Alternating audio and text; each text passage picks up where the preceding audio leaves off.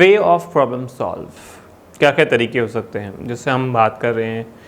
Problem identify करेंगे, problem को discuss करेंगे, परसेप्शंस देखेंगे इसके, लोगों को कहीं ना कहीं प्रॉब्लम के जो सफ़र में उनके कई प्रोसेस में लोग रुक गए हैं, सो एक तरह के लोग वो होंगे। सो बहुत सारे तरीके हैं प्रॉब्लम सॉल्व करने के। कहीं ना कहीं आप प्रॉब्लम को डिस्कस कर रहे होते हैं, कहीं ना कहीं आप डायरेक्टली उस प्रॉब्लम को डायरेक्टली खुद से सॉल्व कर सकते हैं।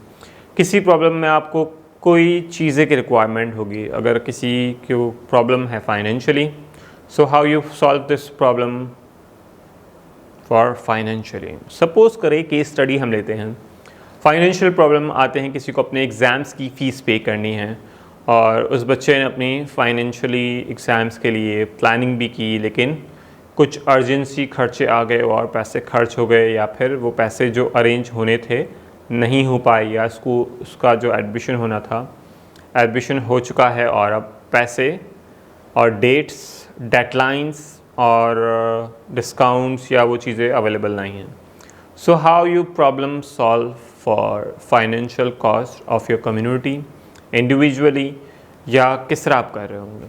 सो आप डिस्कस करेंगे, डिक आउट करेंगे कि प्रॉब्लम आया जेन्युइन है, प्रायोरिटी है, लो प्रायोरिटी है, या डेट्स क्या डिले हो सकती है, वो ख़ुद कितना कंट्रीब्यूट कर सकते हैं, या वो इंस्टॉलमेंट में आपको अगर पे कर देते हैं तो वो रिटर्न करेंगे नहीं करेंगे। देन हाउ यू बेनिफिट, और जो बेनिफिशरी है उस चीज़ का वो कैसे उसको अकाउंटेबिलिटी के लिहाज से वो उसका एक्सेस, उसको फाइनेंशियल प्रॉब्लम का सोल्यूशन उसको मिले। सपोज़ करें XYZ, मेरा ले लें अली, उसको प्रॉब्लम है, क्लास 9th में है, 9th के क्लास से एग्ज़ाम्स की फ़ीस 2000 रुपये हैं सपोज़ करें, और वो उसको पे करने हैं। सोर्स ऑफ इनकम कुछ नहीं है, क्योंकि वो फ़िलहाल अभी उसके पेरेंट्स से उन्होंने स्कूल की फ़ीस भर दी, लेकिन examination fees mid of the date आ रही है और डेट कहीं ना कहीं आसपास है।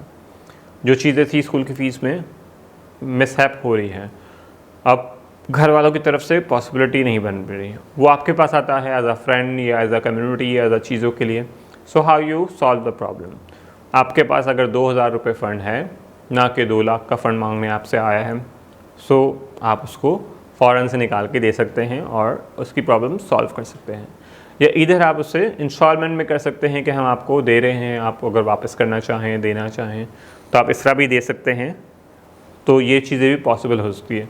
तो इस डिपेंड अप टू प्रॉब्लम कि आप उसको किससे सॉल्व कर रहे हो। इसी तरह हम अगले सिनेरियो पे जाएं प्रॉब्लम के वेज और क्या हो सकते हैं। एजुकेशन इंस्टीट्यूशंस है, मेडिकल है, हेल्थ है, हाउसिंग है, आपकी प्लानिंग है, आपकी एजुकेशन के अंदर सेक्टर्स में।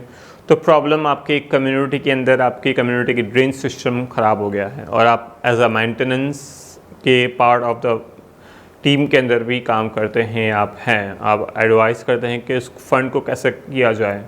तो नॉर्मली हम देखते हैं कि मेंटेनेंस को किस तरह हम चला रहे होते हैं, और एक आम शख्स भी इस चीज़ को देखता है कि वो कंट्रीब्यूशन मांगते हैं मेंटेनेंस बिल्डिंग से। अब कोई किराएदार है उस बिल्डिंग में, या उसी बिल्डिंग में किसी का ख़ुद का मकान है, तो वो कितना कंट्रीब्यूट करेगा, या फिर जो किराएदार है वो अगर लॉन्ग टर्म खर्चे हैं तो वो अपने मकान मालिक से खर्चे मांग रहे होंगे, या वो चीज़ों के लिहाज से या ख़ुद पे कर रहे होंगे। So it's depend up to there कि उनका एक इंडिविजुअल हाउस जो उस घर में रह रहे हैं उस बिल्डिंग के, तो उस सेवरेज सिस्टम के अगर लाइन्स अगर ख़राब इंडिविजुअल हुई है या उस बिल्डिंग की हुई है, तो उस बिल्डिंग पर या ओवरऑल बिल्डिंग्स पर खर्चे आ रहे होते हैं। सपोज़ करें अगर 5000 का खर्चा है उस पर, तो वो ब्रेकअप करके 15 घर है तो उस पर ऑटोमेटिकली उसका डिवाइजन ऑफ 15 हाउसेस पे ऑटोमेटिक आ जाएगा। ये केस हो गया स्टडीज़ इस पर। अगले प्रॉब्लम की बात करते हैं। तो अगर आपका प्रॉब्लम ना आपके फ़िज़िकल फाइनेंस और उसके रिलेटेड है, बल्कि प्रॉब्लम है साइकोलॉजिकली या इमोशनली, या कहीं फ़िज़िकली आपको कहीं पहुंचना है, जाना है। काफ़ी बार हम टाइम का बड़ा स्ट्रेस लेते हैं, हालात ऐसे चल रहे होते हैं कि हम टाइम पे नहीं पहुंच पाते हैं, या टाइम की वजह से हमारा स्ट्रेस या लेवल ऑफ थिंग्स बढ़ रहे होते हैं। सो आपको अपने फ्रेंड को एज अ प्रॉब्लम के सोल्यूशन एडवाइस करना है। सो एक्चुअली उसकी हैबिट बिल्डिंग है, उसकी काउंसलिंग भी हो जाए, की करनी पड़ती है।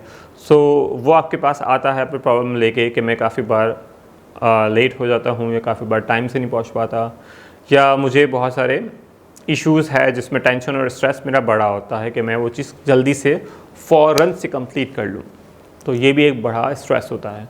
सो आप उसको टेक्निक सिखा सकते हैं कि एक्चुअली टाइम को करने से पहले आप हर चीज़ टाइम पे पहले कर लो, ना कि आप जिस तरह हम बात करते हैं एग्ज़ाम्स में, आप एग्ज़ाम्स जब आती हैं डेट शीट तब आप खोल के देखते हैं कि भैया हाँ भाई आज हमें पढ़ना शुरू करना है, डेट शीट आने के हाथ में।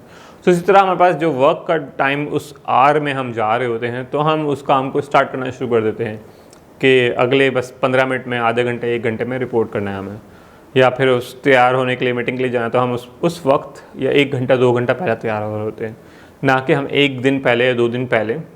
और काफ़ी बार ऐसा भी होता है कि आपको अर्जेंसी में कोई मीटिंग्स अटेंड करने हैं, अर्जेंसी में कोई आपका हादसा हो गया, आपके कपड़े ख़राब हो गए आपके, और कुछ और मसले हो गए या कुछ और चीज़ें, आपको गुस्सा आ गया।